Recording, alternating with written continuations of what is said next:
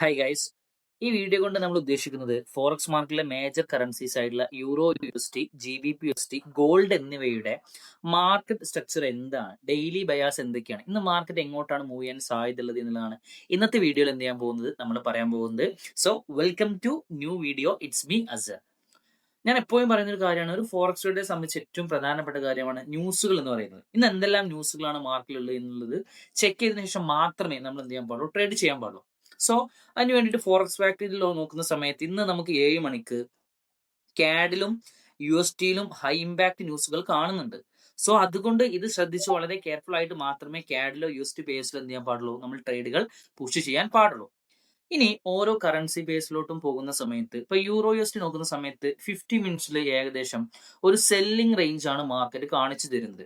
നമുക്ക് selling opportunity നോക്കാൻ പറ്റുന്ന രണ്ട് ഏരിയാസ് എന്ന് പറയുന്നത് ഒന്ന് ഈ ഏരിയ ആണ്. അതായത് ഒന്ന് നമുക്ക് നോക്കാൻ പറ്റുന്നത് സെല്ലിംഗ് ഓപ്പർച്യൂണിറ്റി നോക്കാൻ പറ്റുന്ന ഏരിയ എന്ന് പറയുന്നത് ഈ ഏരിയ ആണ്. എന്നാൽ മാർക്കറ്റ് ഓവറോൾ ഒരു ബിയറിഷ്നസ് കഴിഞ്ഞ കുറച്ച് ദിവസങ്ങളായിട്ട് കാണിക്കുന്നുണ്ട്. അപ്പൊ ഇവിടെ ഒരു ഇന്റേണൽ സ്ട്രക്ചറിനെയും മാർക്കറ്റ് എന്ത് ചെയ്തിട്ടുണ്ട്, ബ്രേക്ക് ചെയ്തിട്ടുണ്ട്.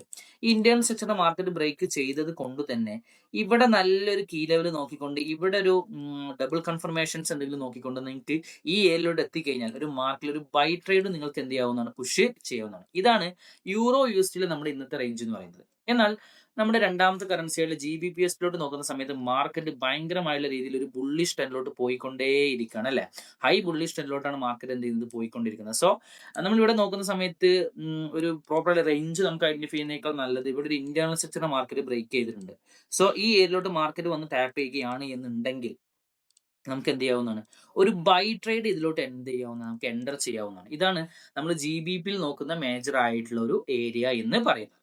എന്നാൽ ഇനി ഗോൾഡിലോട്ട് നോക്കുന്ന സമയത്ത് ഗോൾഡ് ഓൾ ടൈം ഹൈയിലോട്ട് എന്ത് ചെയ്യുന്നു, അടിച്ചുകൊണ്ട് മാർക്കറ്റ് ഇങ്ങനെ മുകളിലോട്ടേ പോയിക്കൊണ്ടിരിക്കുകയാണ്. സോ ഇതിൽ നമ്മൾ നോക്കുന്ന സമയത്ത് നമുക്ക് ഏറ്റവും ബെസ്റ്റ് ആയിട്ടുള്ള 1 മിനിറ്റിലൊക്കെ ട്രേഡുകൾ പുഷ് ചെയ്യുന്നത്. ഇപ്പൊ ഇന്ന് നമ്മൾ നോക്കുന്ന സമയത്ത് 1 മിനിറ്റിൽ നമ്മൾ നോക്കുന്ന ഏറ്റവും ബെസ്റ്റ് ആയിട്ട് നല്ലൊരു ട്രേഡിംഗ് ഓപ്പർച്യൂണിറ്റിയാണ് ഇത്.